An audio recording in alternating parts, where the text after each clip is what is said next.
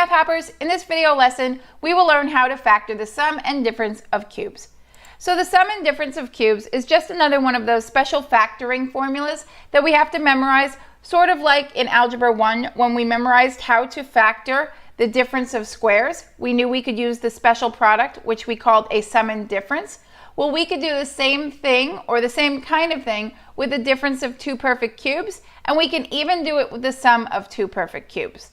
So remember from Algebra 1, if we had the difference of two squares, so we were subtracting two perfect squares, when we factored it, it became a sum and difference, simply the sum and difference of the same two terms. So we had to recognize first that we were subtracting two perfect squares, and then remember it was a sum and difference. And really, we could have just thought, well, I need factors of negative 25 that add up to 0 because there's no x term. And then we would say, well, opposites will add up to 0 and multiply to a negative. But it was easier to remember the pattern because sometimes it wasn't so obvious. Something like 9x squared minus 144 would factor 3x plus 12, 3x minus 12, but it was much easier to recognize this as a difference of two perfect squares. So then you would know I just have to take the sum and the difference of the square root of both of those. So that unlike sign, that sum and difference, will play a part in the difference of cubes and the sum of cubes. So let's get into that pattern now.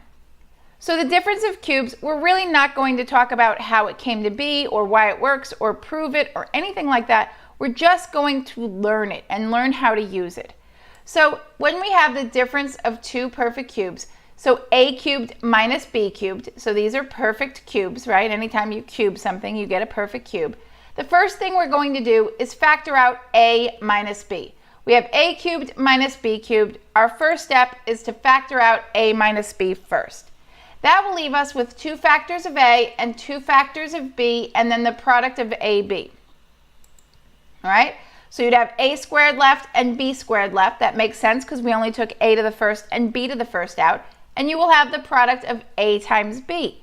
Notice the sign on a times b. These are going to be opposite signs. That is how you multiply this binomial and this trinomial and end up with just a binomial. You always, always, always have to have opposite signs there, just like we did when we did difference of squares. So let's go ahead and do one. Let's factor x cubed minus 27.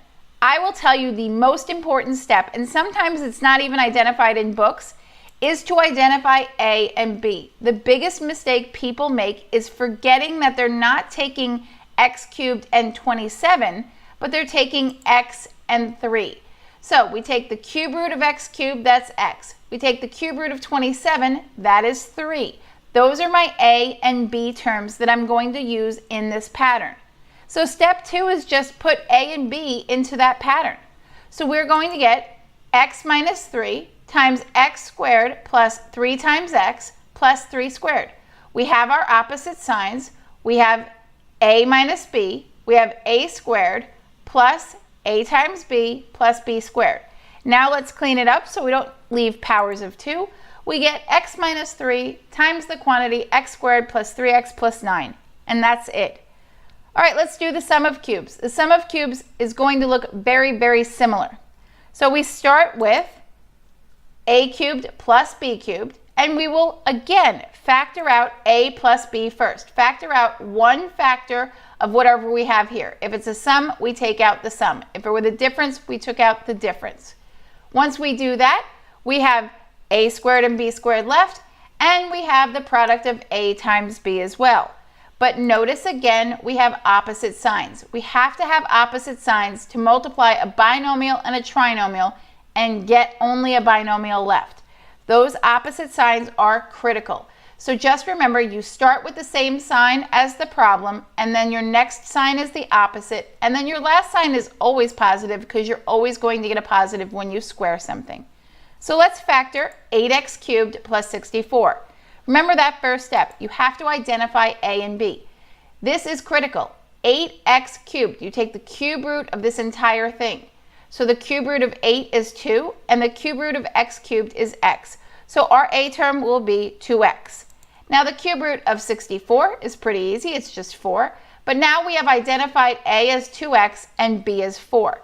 Be very careful when we're putting it into our pattern now, because we have a 2x for a, and we're going to square that, and we have to remember to square both parts. All right, let's look at it. We have 2x plus 4, so we took out a plus b. Then we have a squared.